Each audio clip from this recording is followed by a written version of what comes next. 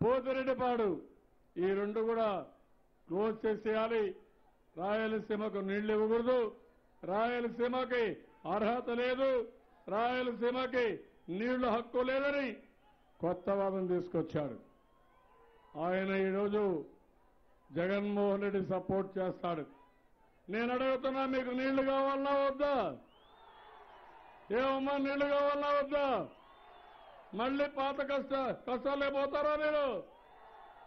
అనంతపురం జిల్లాని ఎడారిగా మారనిస్తారా మీరు? నీళ్లు ప్రాణాధారం, నీరే ప్రగతి. నేను భగీరథ ప్రయత్నం చేశాను.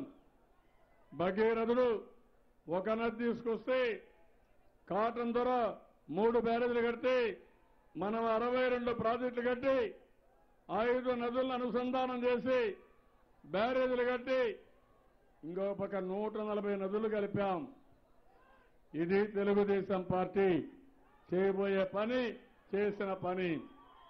ఈ సమయంలో నేను మిమ్మల్ని ఈరోజు చూశారు. నిన్నైతే పీయూష్ గోయల్ చెప్పాడు, ఎవరైతే జగన్మోహన్ రెడ్డి మాతోనే ఉన్నాడు, కేసీఆర్ మాతోనే ఉన్నాడు, నిన్నే చెప్పాడు. నిన్న మన ఆఫీసర్ను కూడా ట్రాన్స్ఫర్ చేశారు. ఎలక్షన్ కమిషన్కి అధికారం లేదు.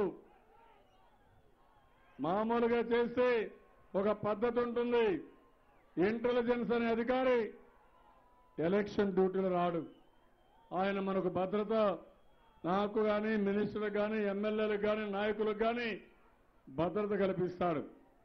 ఆయన్ని ట్రాన్స్ఫర్ చేసి కావాలని మనల్ని ఇబ్బంది పెట్టడానికి ముందుకు పోయారు. నిన్నే మీరు చూశారు కడపలో వివేకానంద రెడ్డి గారి హత్య. ఏం తమ్ముళ్ళు, ఈ హత్య ఎవరు చేశారు తమ్ముళ్ళు? వివేకానంద రెడ్డి. ఫాలో అయ్యారా మీరంతా? చేలిపైకి ఎత్తండి, ఫాలో అవుతున్నాడు.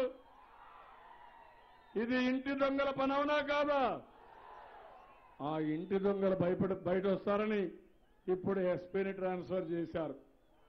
అంతేకాదు కోర్టుకు పోయి అడుగుతున్నారు, ఏం జరిగిందో సిట్టు బయట పెట్టకూడదు, ఎంక్వైరీ చేయకూడదు, ఒకవేళ ఎంక్వైరీ చేసినా వాస్తవాలు బయట చెప్పకూడదని.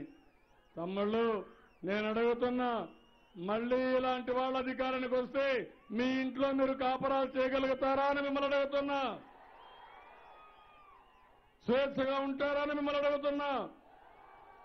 మీకు రౌడీజం కావాలన్నా, అభివృద్ధి కావాలన్నా, హత్యలు కావాలన్నా, నీళ్లు కావాలన్నా? అందుకే నేను మిమ్మల్ని అందరినీ కోరడానికి వచ్చాను. నాకు భయం లేదు, పోరాడతా.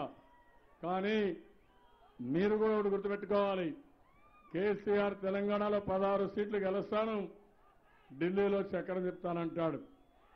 మొన్ననే 88